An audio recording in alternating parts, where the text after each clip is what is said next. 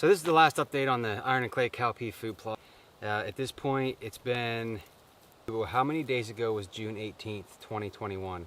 128 days. There you have it. And you can see that it's really browsed down now.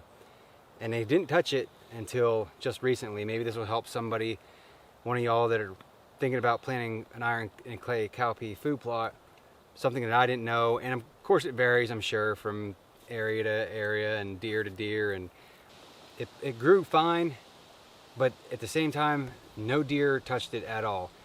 They would walk through here every day and never once really put their head down and bit anything off. On September 19th, which was 90 days after I planted it, is whenever I noticed that it was flowering and we had pods. On October 1st is whenever all of a sudden all the camera pictures showed deer in there with their head down, and they were spending actual time in here. And you can see the difference on the camera pictures in just 10 days. And they say that the deer really don't hit this until it matures and the compounds change in it. I don't know what it is, I don't know what it does, but maybe that's what it was. A lot of people say that, you know, deer have to get used to something when it's new, but you would think after 100 days of walking through here every single day that you'd probably maybe think about eating it. I mean, I took a bite of one of these leaves back when it was nice and green and it tasted great, so I'm not sure, but either way, maybe it's just a coincidence. And ever since then, they've been hammering it every day, even though we only have a few deer. That's why I planted this. I wasn't afraid of them overgrazing it because we don't have many deer here. And right now, all I want to do is try to grow the deer population. So I'm not afraid to grow soybeans and cowpeas and all that. I don't have to worry about any of that, I'm sure, anytime soon. That's why today we're going to plant 100 pounds of oats and 50 pounds of wheat. And I also have 50 pounds of triple 13 and 1 bag of lime that I meant to take to the new food plot, but for some reason I left it in my truck. So we'll just go ahead and throw that on here anyhow, because we know this here's it's about right there with battery acid. So we'll go ahead. I also have some iron and clay cowpeas, so why not? We'll see. And when they come up, we'll see if, now that they know, we'll do a little experiment and we'll see if they eat these as soon as they come up. Oh, and we'll also put the rest of this here. Pure attraction that we put on the new food plot.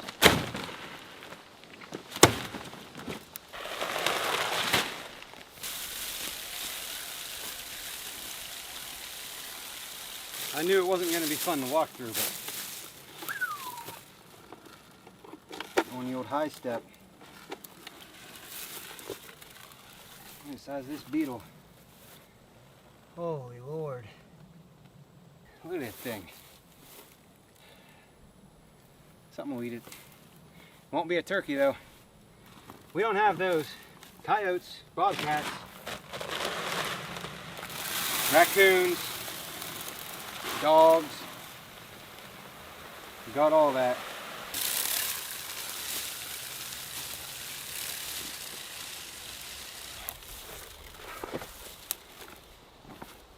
Lime. Stuff the size of marbles.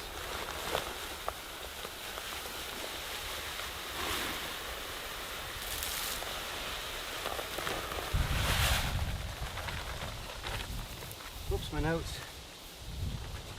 Don't want to be like everybody else in this country and just, oh well, let it go. Who cares? It's just paper. It's not my property. It's not my problem. Oh well.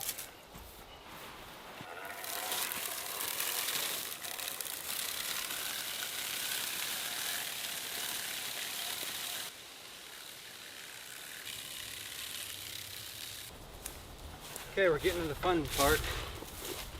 We'll do the oats and everything first and save the best for last. Easy.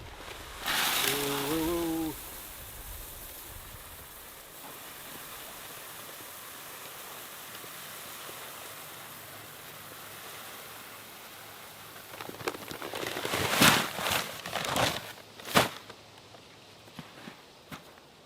So we don't have to worry about turkeys eating it because we don't have any here.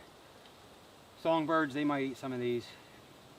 It's gonna be a pain in the butt really for anything to get down in there because, I mean, you saw me trying to walk through here. It's just a jungle of vines. Don't get me wrong, I'm sure the deer, once it starts growing, they're not gonna hesitate to put their little nose down in there and eat. Time for the oats. Just feed oats, nothing special. I'm gonna take some of these home and maybe do a little experiment on the different oats, because I have about 3 or 4 different kinds with me. I have these, Whitetail Institute, Tractor Supply, some other random.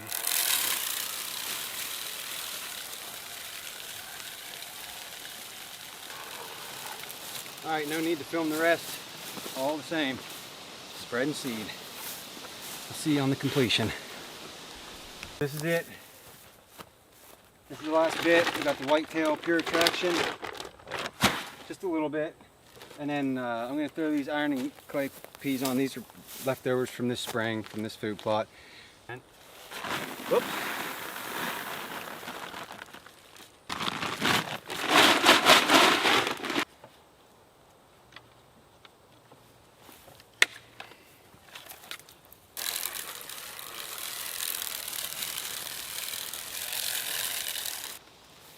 All right, that's it. That's it doesn't look like a lot of work, but it's pretty much an all-day event when you add in the time that it takes to go get the feed, the fertilizer. You got to order some of this stuff, like this Whitetail Institute stuff. You can't just go to Walmart and buy Whitetail Institute Pure Traction. It's not on the shelves. It's not at the gas stations, and it's not at the feed store. So there's a lot of work and a whole lot of time involved. Yeah, there's money, but you can have all the money in the world, and if you don't put in all the time and the work, you're not gonna have a food plot. So there you can see them. It's all bare right here, but here, peas, leaves, and it goes all the way up. You can see them all the way up there. Here's another example. This tree right here, those peas climbed all the way to the very top of that tree. Just loaded. So if you end up doing a cowpea plot, I would definitely put some corn, sunflowers if you can grow them, something in there for that to vine up. Second, if in fact they wait until it matures, it looks like it's 90 to 100 days. So I would, if your weather permits, I would pick the time slot when you want to be on your field. Maybe you don't want to line up with when the acorns are dropping.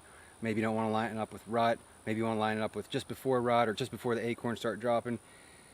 I would count back from then 90 to 100 days and try to plant it then, if weather permits. Because from here, from 90 days till now, you see what this thing looks like. It's just getting mowed down. So that's it with the cowpea plot. Final update on that. From here on out, we got our fall blend of cereal rye, or cereal grains with the wheat and the oats. I couldn't find any winter rye. Can't find that down here. So we added the fertilizer and all kinds of seed. No shortage. There's a blanket, which is what I like. All right, thanks a lot for watching. I'll keep you posted on this. Hopefully soon I'll have some pictures. We'll have some rain and some new growth, and we'll see what that brings in here deer wise. Hopefully it helps even more, or at least holds the few that we have right now. Before, when I started this, we had a mother and a fawn. Now we've got a mother with 2 fawns. We still have that old mother with her fawn. We've got another mother with a young fawn. It still had spots like a couple weeks ago. And we've got a few bucks running around. So we're getting a few more deer, slowly but surely. It's only one tiny little 3rd acre plot. So we're gonna add some more here in the near future and keep on growing food, because that's what they need. They have the water, they have plenty of cover, nothing but cover. So it's not the cover and it's not the water they're lacking, it's the food. So we'll go ahead, that's what I'm going to try to focus on, and hopefully in a few days we'll have some green grains growing. Alright, thanks for watching. See ya.